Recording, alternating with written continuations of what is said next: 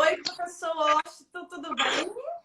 Olá, boa noite, tudo jóia? Tudo ótimo. Eu estava aqui conversando com as pessoas, com os advogados, sobre a live que a gente ia fazer no Instagram, né? Acabamos indo lá, migrando para o Facebook, sobre cálculos, né? Liquidação de sentença. Aí eu estava aqui falando do curso que vai ser amanhã, né? Que é importante, né? O doutor Sérgio lá já deu a dica para a gente não fazer mais a execução invertida. Então foi uma dica assim, excelente. Amanhã a gente vai aprender muito lá com ele no curso. O Sérgio é um amor, o Sérgio Jeromes, ele consegue de uma maneira muito clara, muito rápida, né, explicar para a gente, né, como é o padrão dos professores do nosso IEPREV, né? Sempre mostram com muita calma, muita tranquilidade, muita objetividade o que é que acontece. Aliás, né, Valéria, hoje nós fizemos até uma postagem coletiva. É muito importante até convidar todos para curtir, para comentar, para marcar os amigos, que é esse lançamento dessa grande pós-graduação em RGBS, que nós estamos lançando hoje com muita força e que inicia agora em agosto, né? João Nossa, Gabriel, lá de Belém do Pará, um grande abraço, querido. Você sempre presente, hein? Como é que tá o som, pessoal? Tá bem? tá bem. Tô te ouvindo tranquilo. Tá muito Ótimo. bom. Vamos lá então, né? O pessoal tá entrando. Professor Washington, ah, o doutor é muito conhecido. Tem o seu livro e ponto a ponto já estudei ali. Cada pontinho daquele livro, seu de reforma, já tô lendo sempre tô revendo. Tem lei Olha aqui o rapazinho complicada. aqui. Isso, esse livro. E está com um preço especial, né? Lá na LTR, tá de 75 por 52. Nós estamos com uma promoção agora dele, né? Quem quiser, depois eu boto até aqui o link. Muito bom. Eu tenho ele, tá todo rabiscado. Mas Ótimo, ainda quero seu autógrafo. com certeza, com o maior prazer. Professor, eu sei que a maioria aqui te conhece, mas eu gostaria antes que o senhor se apresentasse, porque tem colegas aqui, tem jovens advogados, tem advogados migrando para a área previdenciária e que talvez não conheça o professor. Então, eu gostaria que o senhor se apresentasse, falasse também das suas obras. Fique à Ótimo, vontade. ótimo. Não, em primeiro lugar, Valéria, eu quero agradecer muito o convite, né, que você fez para a gente estar aqui e poder conversar com o teu público, com as pessoas que te seguem, né? Tô vendo aí muitas pessoas comentando e dando ok, dando boa noite, né? E olha, até dizer aqui com muita clareza, faz muito tempo que eu não vou ao Espírito Santo, hein? Você tem que vir Muito. aqui. Vamos acabar com essa pandemia aí, logo que acabar, vamos dar um jeito nisso. Manda Gosto pra muito da gente. sua terra, muito bonita, rodei ali, não só a Vitória especificamente, mas o interior, Colatina, como é que é? Deixa eu me lembrar. Colatina, Linhares, você foi pro Colatina, Linhares, deve ter conhecido E Aracruz. Aracruz, eu fui rodando as sedes das associações atléticas do Banco do Brasil inteiro, né? Era Ah, um sim, projeto na trabalhou época. no Banco Brasil, verdade. Só 22 anos. Mas nessa época eu era diretor de uma seguradora do banco, a Aliança do Brasil. Eu era diretor da seguradora que pega o seguro Ouro Vida e a gente fez uma campanha enorme em todas as ABBs do Espírito Santo. Foi um projeto muito bacana. Eu rodei aquilo ali inteiro. Eu conheço cada ABB, o pessoal. Era um pessoal muito gostoso e uma cidade, uma terra muito bonita. Um beijo grande para a Rayana Farias, nossa presidente da Comissão de Direito Previdenciário do Amapá, sempre presente aí em todas as nossas lives. Obrigado, Rayana. Mas assim, gente, primeiro, por favor, sem doutor, sem professor, sem nada, aqui é o Washington, nós estamos juntos discutindo e conversando um pouco sobre esses temas. E eu sou mestre em Direito das Relações Sociais e Trabalhistas. No ano passado, lancei meus 2 últimos livros, o que a Valéria já falou, a Reforma da Previdência, Entenda Ponto a Ponto, né, que é da editora LTR, e o Conflitos Previdenciários, Medidas Extrajudiciais e Administrativas, onde eu mostro, na realidade, como se utilizar não só do próprio Conselho de Recursos da Previdência, mas outras medidas que podem facilitar o nosso dia a dia e reduzir os conflitos previdenciários. Mas, Valéria, mais uma vez, muito obrigado pelo convite, muito obrigado ao IEPREV por proporcionar esse momento, e vamos começar. Eu sei que você tem aí uma saraivada de perguntas, eu vou ver se eu vou ter que chamar os universitários para saber responder ou não, como que vai funcionar. Então, Né? professor, eu sempre digo que a área previdenciária e a área trabalhista, assim como o direito tributário, eles sempre estão interligados. E aí a minha grande preocupação, professor, que eu gostaria que o senhor sanasse essa questão. Nós tivemos aí a reforma trabalhista, que foi pesada. Tivemos depois a reforma previdenciária.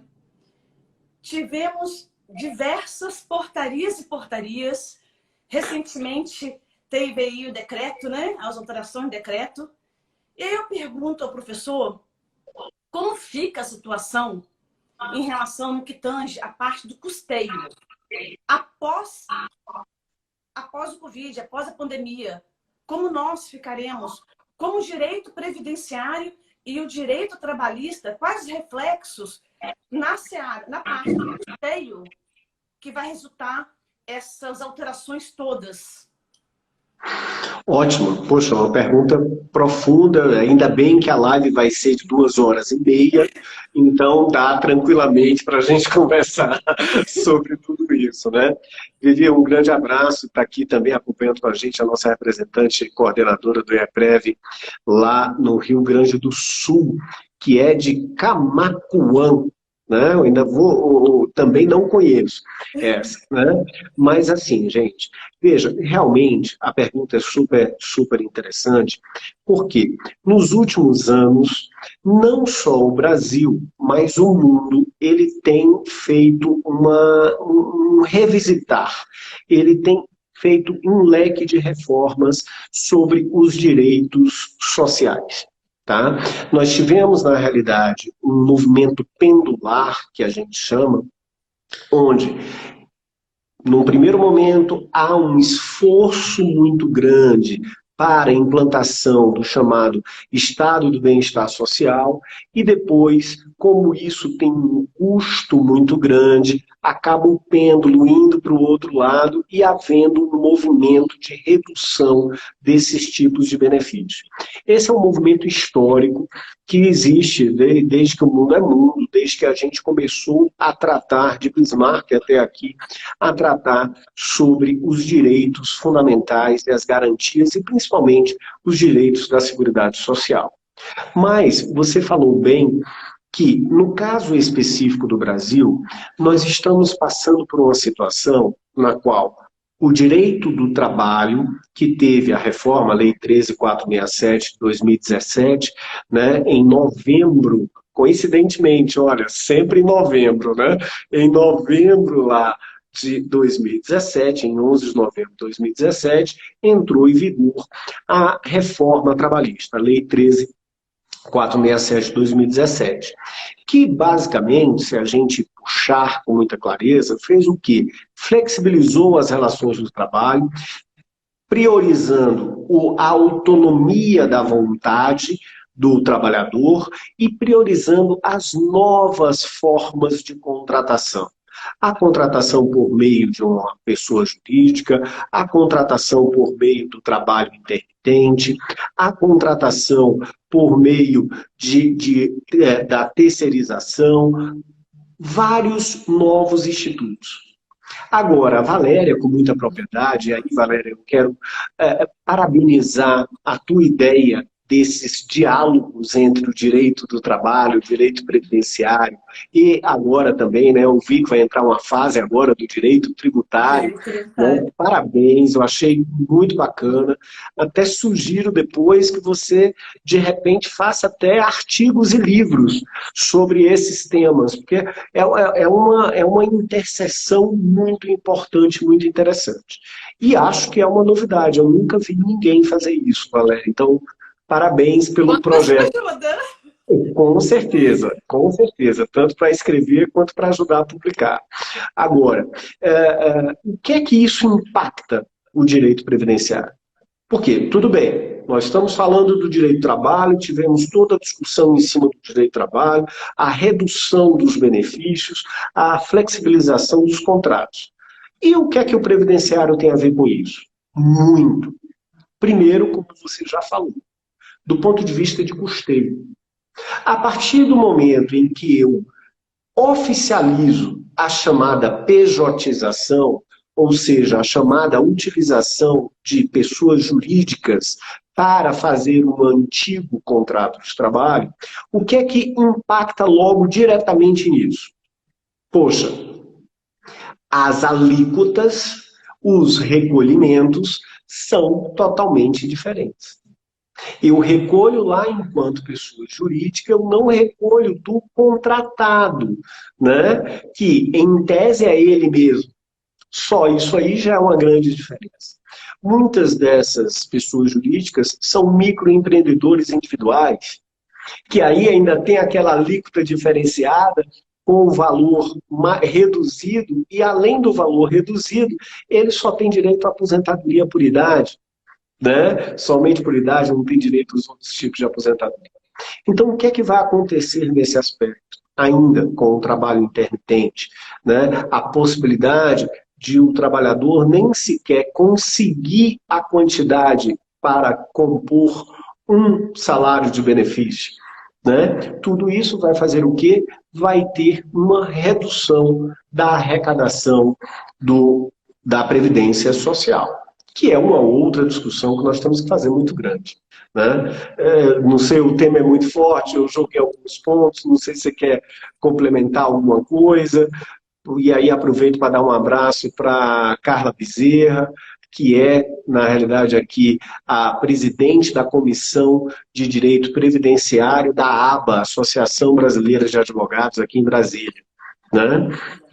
Eu quero aproveitar, professor, cumprimentar a doutora Tamires. A doutora Tamires é uma advogada aqui do Estado do Espírito Santo, membro da Comissão de Direito Previdenciário da OAB aqui do Estado, e ela é uma estudiosa do trabalhador rural, mas eu estou trazendo ela para o custeio, para a gestão de afastados, logo vai estar aí, até escrevendo artigos no futuro. Olha, nosso querido amigo Alex Sertão, diretamente de Teresina, aqui conosco. Grande beijo, Alex Sertão. Um abraço. Saudade de você, meu querido amigo. Um abraço.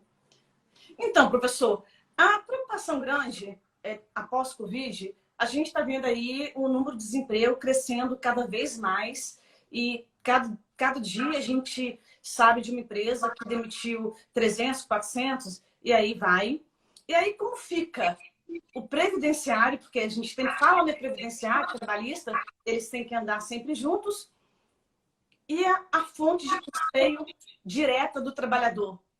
Como ficar sem essa fonte de custeio? Porque o desemprego vai estar aumentando num tamanho enorme, está tendo muito desemprego, e nós temos a Seguridade Social, que é a fonte direta de custeio aí, que o trabalhador está inserido. E o que isso vai dizer para a gente no futuro? E esses trabalhadores, como a Seguridade Social vai deixar de ter essa fonte por um bom tempo, até a economia se estabilizar, que a gente não sabe quando isso vai acabar e como a economia vai conseguir se estabilizar. O que o professor tem a dizer em relação a isso? Esse é um movimento, como eu disse, é um movimento mundial, né? E agora, com a própria pandemia, acelerou ainda mais todo esse tipo de situação.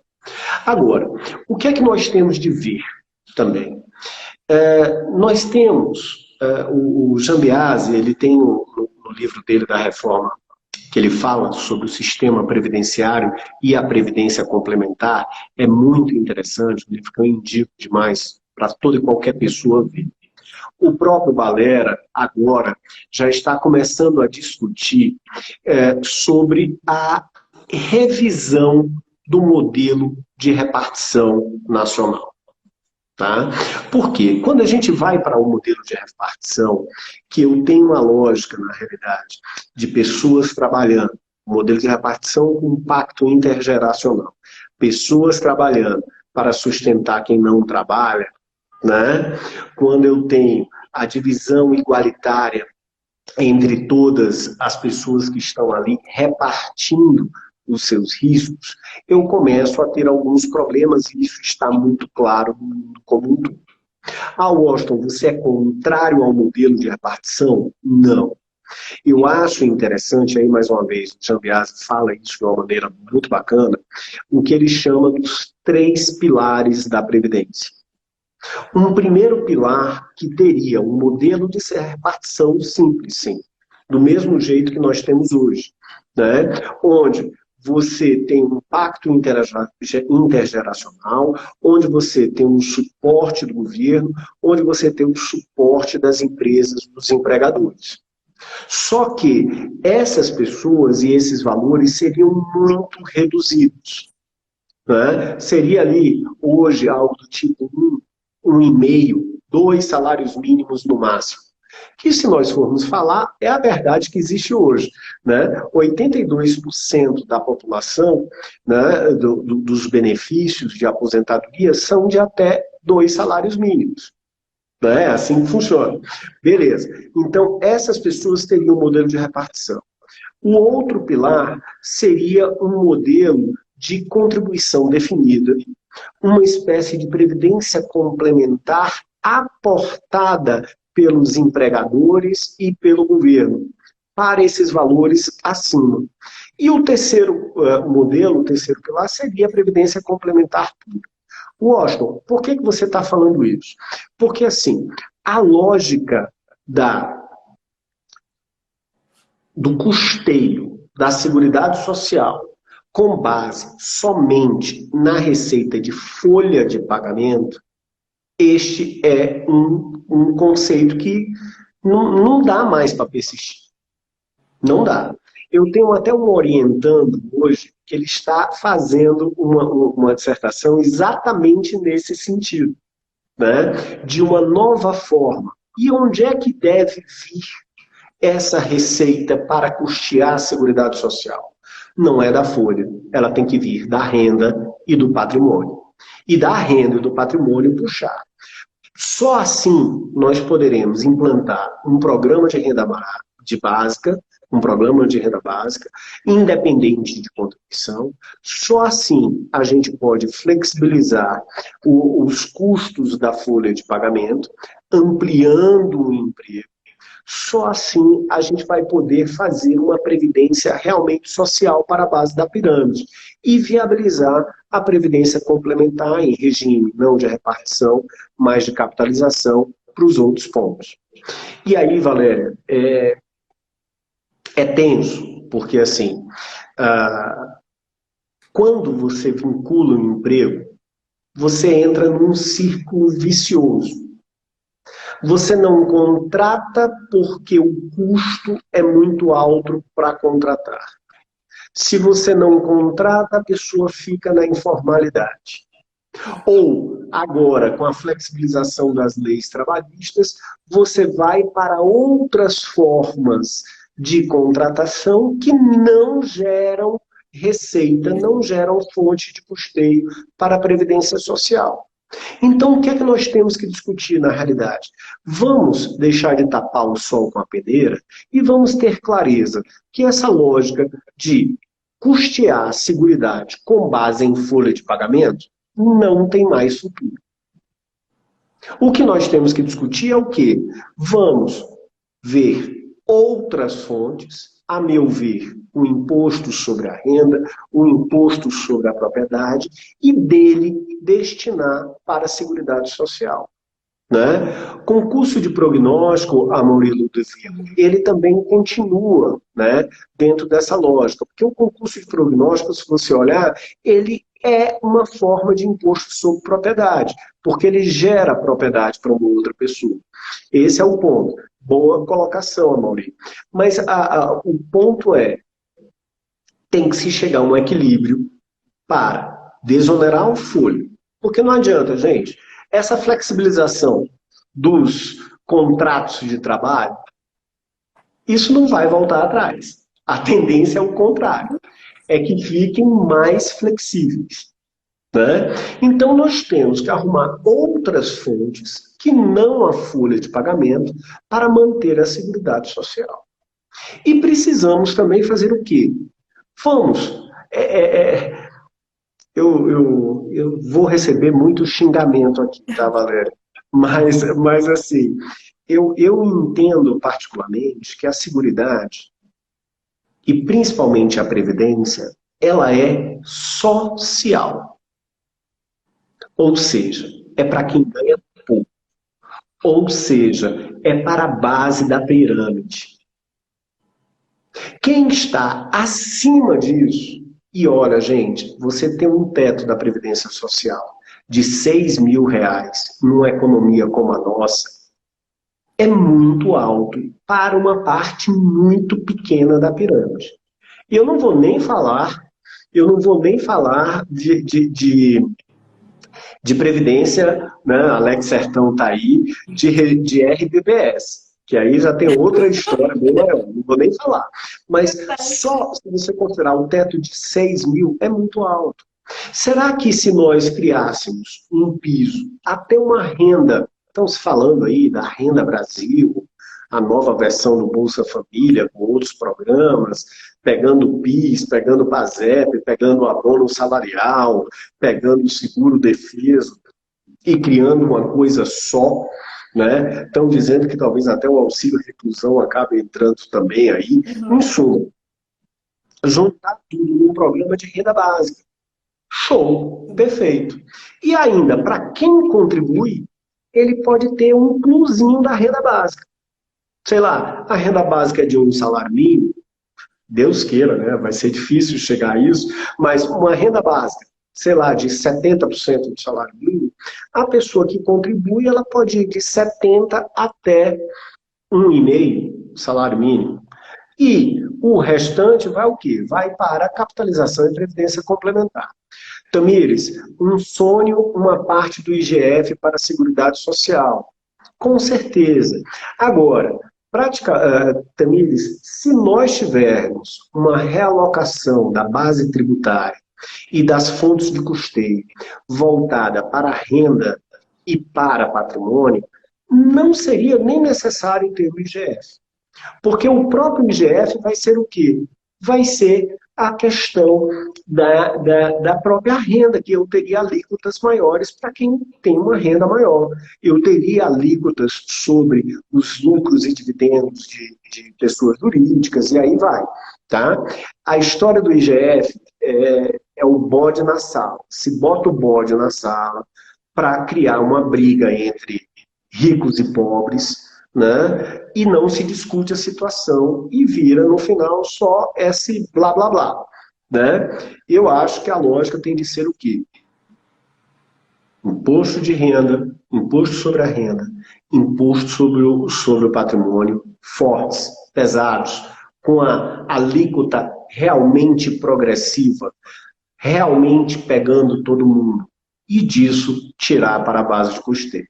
Valéria, eu adoro esse tema. Se você deixar, eu falo 3 horas. Vai me interrompendo aqui. É um tema, professor, que a gente tem que começar a pensar mesmo, porque a gente tem que verificar outras fontes de custeio, porque depender também, né, da fonte de custeio direta, sendo que o desemprego está enorme, e aí tem outros assuntos aqui que a gente tem que conversar, esse tema, ele é eloquente, e a gente acaba falando só dele. Então vamos mudar para outra parte, tá, professor? Depois a gente faz uma live só sobre isso, que vai ser muito bom. Mas eu quero só dizer uma coisa a mais, um pedido.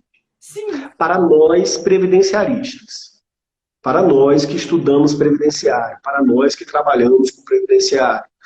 Gente, vamos sair da caixinha e vamos deixar de tanta restrição à capitalização. A capitalização pode ser uma solução na linha dos pilares. Repartição para a base da pirâmide, uma capitalização subsidiada para o meio da pirâmide e uma capitalização pura para o topo da pirâmide. Vamos começar a pensar nisso. Até o Wagner Baleira já está pensando nisso, e olha que ele sempre foi contra, viu? E agora ele está bem focado nisso. Vamos lá, Valéria. Eu também sempre fui contra,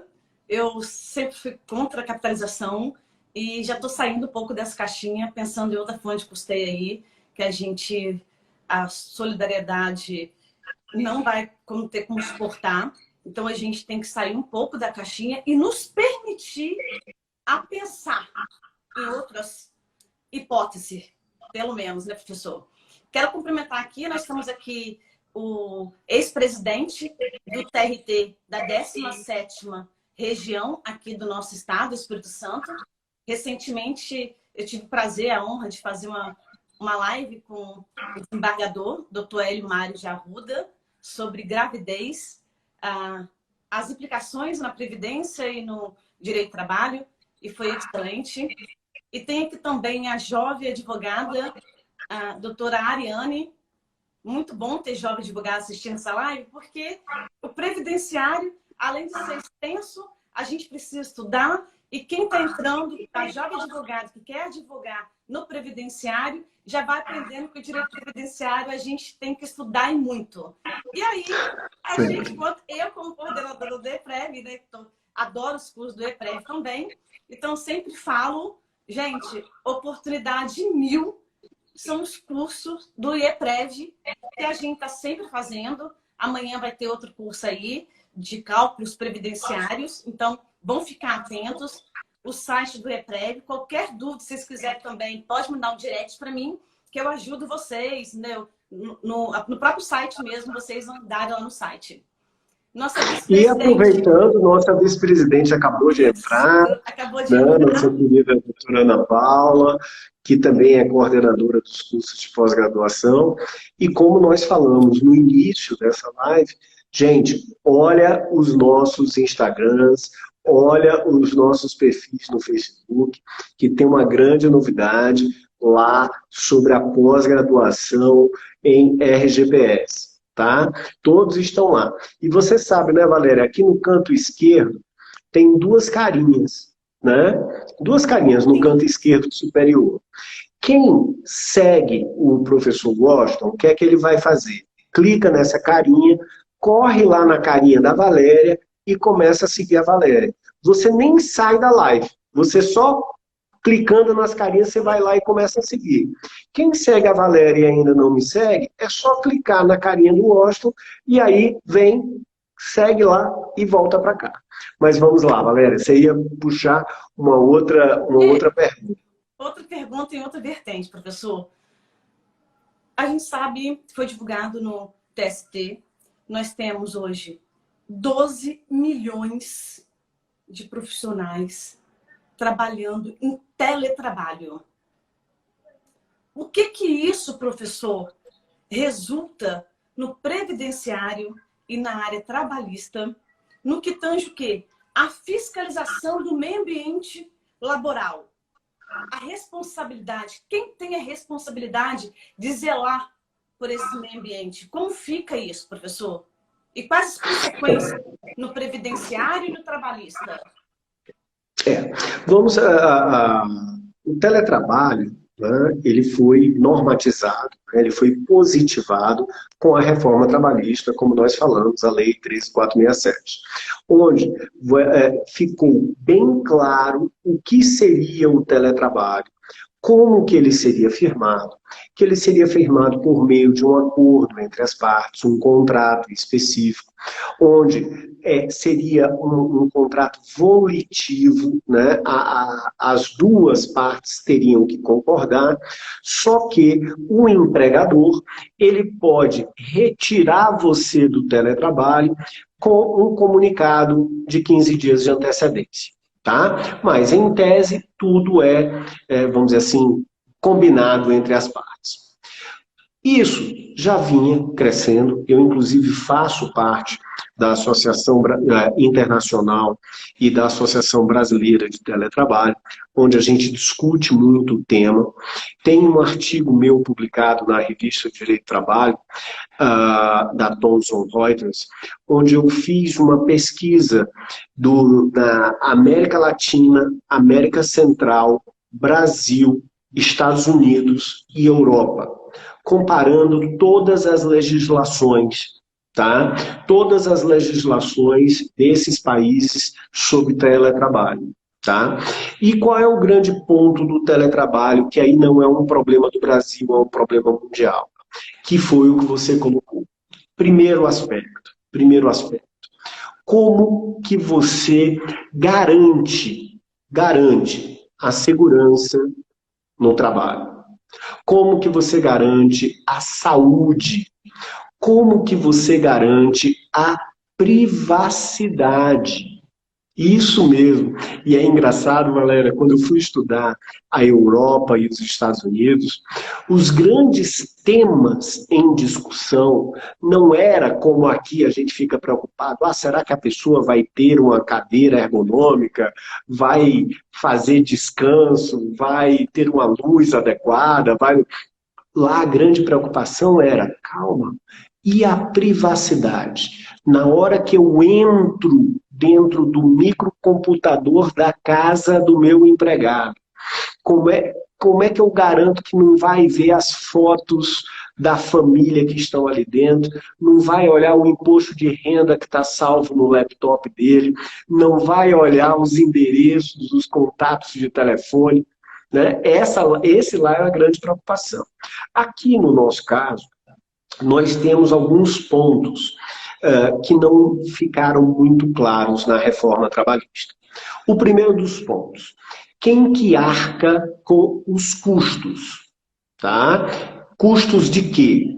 Eu tenho que comprar um micro, eu tenho que ter uma boa conexão de internet, eu tenho que montar uma estação de trabalho. Quem é que arca com isso? Isso não ficou claro, ficou aberto para se negociar. Dizendo que poderá ser bancado pelo empregador, né? Solução disso é a gente buscar os acordos coletivos. Um outro ponto que nos afeta drasticamente a questão do controle de jornada. Por quanto tempo essa pessoa irá trabalhar, né? De que forma e qual a jornada de trabalho? O teletrabalhador teria direito a hora extra ou não? Como é que eu limito a quantidade de horas extras que ele pode fazer durante o teletrabalho? Mas, Washington, o que é que isso impacta no previdenciário? Muito, porque impacta na saúde do trabalhador. A partir do momento em que o trabalhador não tem uma estação adequada, não tem um equipamento adequado, não tem um controle de jornada adequado, que ele pode, de repente, querer num dia trabalhar 12, 14 horas para compensar no outro dia e não trabalhar. Isso é adequado? Não é adequado. O que é que vai gerar? Vai gerar um maior absenteísmo, vai gerar, na realidade, maiores afastamentos por doenças ocupacionais, um leque de pontos vai gerar disso. Tudo bem, Washington, então o que é que a gente faz? Acaba com o teletrabalho? Nunca. Esta é uma realidade que existe. Agora a pandemia reforçou ainda mais a necessidade do teletrabalho. O que é que nós precisamos fazer? Algumas questões simples de gestão de risco, Valéria. Então, você que trabalha com empresas, você que trabalha para empregadores, o que é que você pode sugerir para eles? Primeiro, estreitar o prazo dos exames ocupacionais. No lugar de você fazer o exame ocupacional uma vez por ano, você pode, para quem está em regime de teletrabalho, fazer a cada 6 meses. Você pode olhar melhor essa pessoa. Mas, se a pessoa está em teletrabalho, alguns tipos de exames seriam necessários, como o exame dos dedos, das movimentações, exame de coluna para ver postura.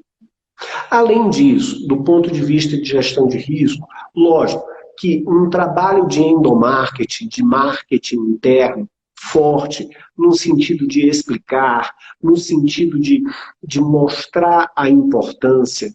Olha, agora na pandemia, essa foi uma coisa, até no último encontro da Associação Internacional de Teletrabalho, eu deixei isso claro, até propus, que era uma medida tomada pela Colômbia.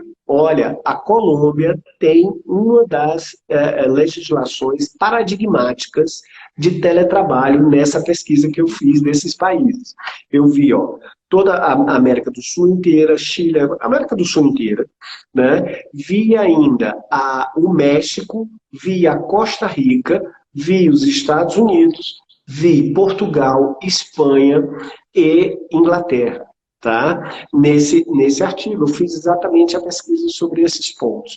E aí o interessante é que o seguinte, lá, o que era que eles faziam? Eles faziam encontros virtuais. Encontros virtuais para cafezinho. Encontros virtuais para ginástica laboral.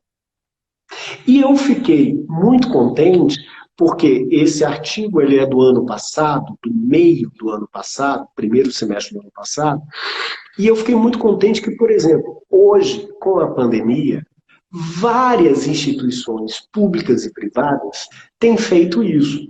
Eu vou dar um exemplo, já que nós estamos falando aqui de seguridade, de previdência e de trabalho, vou dar um exemplo do Tribunal Superior do Trabalho. O Tribunal Superior do Trabalho faz ginástica laboral no Google Meet. O que é que ele faz? Todo mundo entra lá em turmas, naquele horário pré-estabelecido, a pessoa está lá, dá uma pausa do seu trabalho e faz a ginástica laboral todo mundo junto. Olha que bacana. São coisas que podem ser feitas de uma maneira muito simples, muito bacana, e que não tem custos tão elevados. Né? E que você melhora o quê? Melhora a qualidade, a saúde das pessoas. E um outro ponto para encerrar nesse aspecto, pelo menos da minha parte, você pode, lógico, perguntar o que quiser, diz respeito ao controle de horário.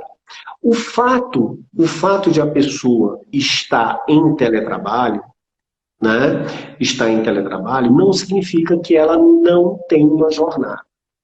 Embora a própria lei trabalhista diga que ele está fora da jornada, pode estar fora, né? Tipo um trabalhador externo. Agora, nada impede que eu controle essa jornada. Eu posso controlar. Vou dar um exemplo disso. O Banco do Brasil, né? O que é que ele faz, o Banco do Brasil? O teletrabalho no Banco do Brasil é idêntico ao trabalho em casa, ao trabalho na agência. Tá? Você entra naquele horário, bate o teu pontinho naquele horário, tem o teu intervalo e tem o teu horário de saída. E o que é que acontece? O sistema bloqueia. Então você entra ali 8 horas da manhã, vamos dizer, meu turno de trabalho é de 8 às 2, de 8 às 12, de 14 às 18. Você entra às 8 horas da manhã, entrou, o sistema libera para você. Chegou meio-dia, o sistema trava. Nem que você queira, você não pode trabalhar. 2 horas da tarde, o sistema reabre. Chegou 6 horas da tarde, o sistema fecha. E você não faz mais nada. Então, você quer fazer hora extra, mesmo em teletrabalho, o teu chefe pode autorizar e aí o sistema abre por mais um pouco. Então, assim, tem forma, gente. É só ter vontade e querer fazer. Muito bom. Professor, depois eu quero que o senhor disponibilize esse artigo Com aí pro pessoal. Faz o lá no Com certeza. Instagram, divulga aí, porque eles estão pedindo. Não, Eu olha, também quero. esse artigo foi inclusive selecionado pela bibliografia selecionada do STJ, do Superior Tribunal de Justiça. Ele está indicado como a bibliografia indicada sobre teletrabalho, né? Naquele resumo que a biblioteca faz e repassa para os ministros. Que bom. O professor falou uma coisa interessante, que foi muito boa a sua explanação, sobre o investimento. Na verdade, não é um investimento. Tratar da saúde do trabalhador é importante. Eu fiz um curso recente do professor João Batista Optis, no IEPREV. Tá lá, o curso está vigente, atualizado. Qual dos optis? O filho ou o neto?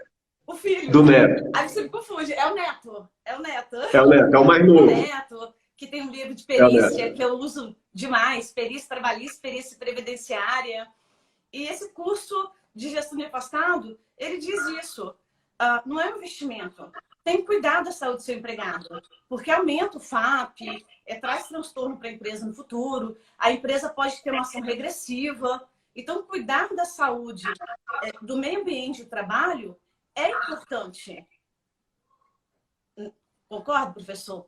Porque a gente tem que indicar isso até para os empresários, porque muitas vezes o empresário fala bem assim: eu não vou cuidar porque é um custo elevadíssimo e eu não vou fazer isso. Não sabendo ele que uma ração regressiva pode ser mais elevada ainda. Com certeza. Não, é interessante, né? Você falou de dois pontos bem interessantes. O primeiro ponto, né, que foi o segundo, na realidade, mas como está perto, já vou falar dele, que são as ações regressivas. Né? Só assim, como você disse, tem jovem advogado, tem coisa... O que é a ação regressiva? Se uma pessoa, usar o termo bem popular, ficou afastada do trabalho, ficou encostada no INSS, né, como o pessoal fala geralmente, se essa pessoa ficou em gozo de algum benefício e eu comprovo que isso foi feito, na realidade, por conta de falta de acompanhamento, por conta de falta de equipamento adequado, que houve culpa, né? Não é dolo. Se houve culpa da empresa, do empregador, o INSS faz o quê? Paga o benefício bonitinho para aquela pessoa, mas depois ela entra com ação regressiva. Ela usa o direito de regresso. Ou o que é que ela faz? O que ela pagou de benefício, ela vai e cobra da empresa que ocasionou aquele dano, né? Um dos precursores, inclusive tem um livro muito bom sobre, se eu não me engano, é o único, sobre ações regressivas do direito previdenciário, é o Fernando Maciel. É um livro editado pela editora LTR, né, um livro bem interessante. O Fernando Maciel, nosso amigo, colega, que hoje, inclusive, está como vice-presidente do Conselho de Recursos da Previdência Social. Tá? É um livro imperdível para quem quer saber sobre ações regressivas. E o outro ponto, você falou do FAP. O FAP, né, esse fator de acidente previdenciário, o que é que ele faz na realidade? Ele pune as empresas que têm um índice de acidente elevado. E olha, gente, esse índice ele é calculado empresa a empresa. Tá? E isso faz o quê? Eu acho um dos melhores, uma das melhores coisas que existe, é o FAP. Porque, na realidade, o que é que ele faz? Ele proporciona, ele valoriza aquele empregador que cuida da saúde, cuida do meio ambiente do trabalho. E valoriza na parte mais sensível do homem, e em especial do empresário, que é o bolso. Né? Que é o bolso. Tá? E o curso do Optis, e aliás, vamos aproveitar aqui, nós estamos no IEPREV com a pós-graduação, que é, eu acho, um projeto inovador, inclusive o Optis Neto, né, ele é um dos coordenadores, né, que ela junta o compliance trabalhista, previdenciário e de segurança e saúde do trabalho. E é interessante porque se mostra no papel, e o programa mostra exatamente isso, que algumas medidas tomadas em SST, ou seja, em saúde e segurança do trabalho, algumas medidas tomadas no âmbito do direito do trabalho, elas têm um impacto tributário muito forte. Tá? E essa pós-graduação, ela faz exatamente isso. Ela junta o direito do trabalho, o direito previdenciário, o direito tributário e o direito do trabalho, já disse, desculpe, e o direito empresarial. É uma pós-graduação muito bacana, inicia agora em agosto. Excelente. Doutora Ariane, foi essa pós-graduação que eu falei com a doutora hoje, que o EPREV está lançando e vai começar em agosto. É o compliance, que a gente previdenciário, que bem o professor falou. Então, assim, pode correr lá e fazer a sua inscrição. E a doutora Simone também, um abraço para a doutora Simone, está aqui, a doutora Viviane também, coordenadora do EPREV. A gente vai contar com muitas colegas fazendo esse curso, essa pós-graduação de compliance. E é bem interessante, professor, porque às vezes a pessoa fala bem assim, mas doutora Valéria, eu só faço trabalhista reclamante e só atendo segurado. Aí eu falo, gente, você tem que fazer compliance. Por quê? Se você fizer essa pós-graduação, você vai ter uma visão tão ampla que numa audiência trabalhista, você vai se sair muito melhor defendendo os direitos do reclamante. E na defesa também dos direitos do segurado, a mesma coisa. Se você conhecer o outro lado, você fundamenta melhor, você instrui o processo melhor, você deixa de fazer até acordos que não seria tão bom para o cliente. Então, essa pós, ela vai mostrar esse lado empresarial que muitas vezes quem atua para reclamante segurado acha que não precisa. Mas é importante esse conhecimento também. E aí, professor? Não. Pode falar, professor. Não, com certeza. E tem um outro aspecto, gente, que a gente tem que ter claro, é que aquela época na qual o advogado previdenciário, a advogada previdenciária, juntava os carnezinhos, ficava fazendo conta, ficava não sei o quê, isso acabou. Não tem mais. Né? Lembrem-se, Valéria, quando foi criado o CNIS? Nossa. Ali em 84, mais ou menos. Eu não era nascida, né? sabe, professor?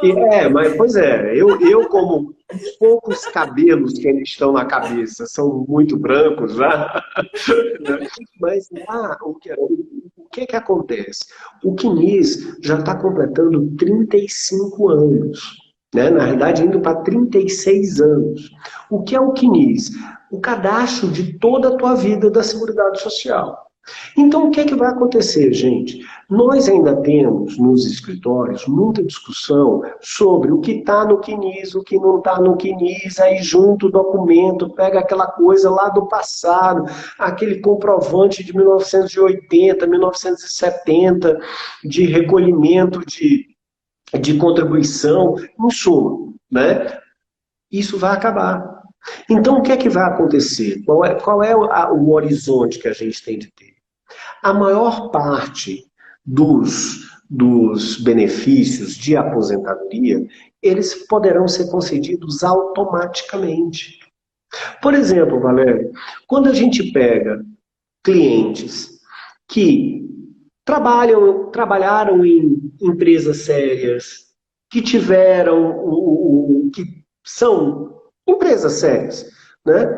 Todos os vínculos estão ali bonitinho. Tem algum problema o pedido de aposentadoria de um cara desse? Nenhum. Por exemplo, eu me considero um felizardo, comecei a trabalhar com 14 anos de idade, sempre em empresas sérias, né? O meu CNIS é perfeito, não tem um erro. No dia que eu vier a me aposentar, vai ser aqueles deferimentos automáticos de 2 minutos do sistema. Pum, tá? Então, o que é que vai acontecer? Você não vai mais ser esse cara que vai ficar regularizando quinis, tá? Não vai mais, tá? Ficar regularizando quinis. O que é que você vai ter que ver? É planejamento previdenciário. Não vai mais dizer quando que o cara se aposenta, mas como ele vai se aposentar. É planejamento previdenciário você pensando na previdência complementar, você pensando em outras fontes de renda para essa pessoa. Isso que vai acontecer. O que é que vai acontecer do outro lado? Você tem que começar a buscar outras linhas. Você tem que começar a ir para o processo administrativo. Aí você tem que pegar e buscar o quê? Você tem de buscar o compliance, a redução das empresas, do custo das empresas, trabalhar mais fortemente isso. Né?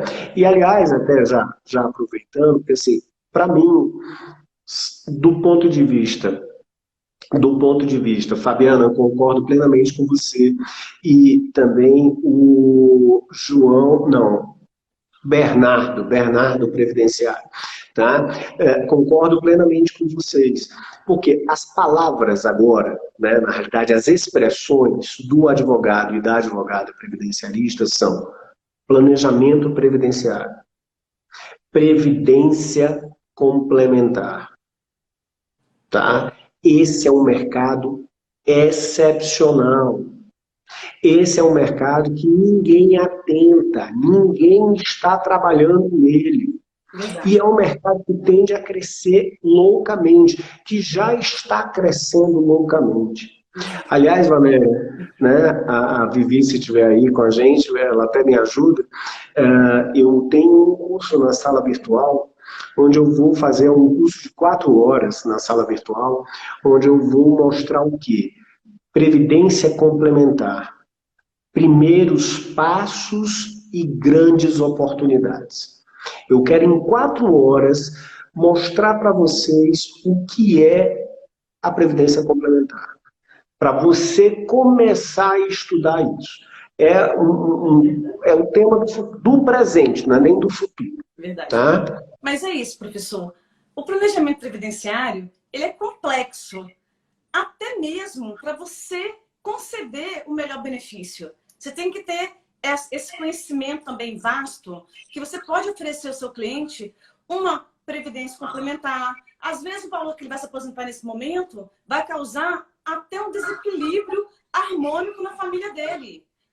Tem que estudar todas essas situações para oferecer também a ele outras opções para que ele agregue a renda dele. Foi muito bem falado e eu quero também fazer esse curso. Nós estamos indo para o final. Eu quero deixar um grande abraço aqui para minha amiga, a doutora Rejane, lá de Minas Gerais. Nós fizemos pós-graduação em São Paulo juntas. Prazer em revê-la. Doutora Simone, é isso mesmo. Planejamento é tudo, mas com cuidado, né? Bem cuidado mesmo. E conversar bastante com o seu cliente, oferecendo ele outras oportunidades, como a complementar. Professor, agradeço imensamente a sua presença aqui na live. Obrigado por aceitar o convite. Obrigada a todas as pessoas também que estão aqui presentes. Abraço para vocês. Quero que o professor finalize. E quem tirar uma foto nossa, marque a gente no direct da live de hoje. Abraços a todos. Professor, com a palavra de despedida. Ótimo. Olha, Valéria, muito obrigado pelo convite, né? Foi muito bacana estar aqui. A Caroline Moura Mafra, aqui lá de São Paulo conosco. Um beijo grande, Carol. Tá? Eu quero reforçar só para vocês que o nosso livro A Reforma da Previdência, Entenda Ponto a Ponto, ele está lá com um preço especial na editora LTR. né? Então, uma promoção por tempo limitado deste livro. Valéria, muito obrigado a você, muito obrigado a todos e a todas vocês que estiveram aqui conosco nesse bate-papo, nessa conversa. Estou totalmente à disposição para o dia que você quiser para a gente conversar de novo. E, gente, olha, tem de se atualizar, tem de estar sempre atento. Então, dá uma entrada lá em ebreve.com.br e você vai ver o Sala Virtual, e ebreve.com.br/sala virtual, que tem cursos de 4 horas, um dia só. Um dia só. Um preço super decente, em que você vai estar com as principais pessoas discutindo um tema específico. O meu, especificamente, eu vou falar sobre previdência complementar, primeiros passos e grandes oportunidades. Obrigado mais uma vez, Valéria. Muito obrigado aí, Ebreve. Muito obrigado a todos vocês que estiveram aqui. Obrigada. Tchau, professor. Tchau.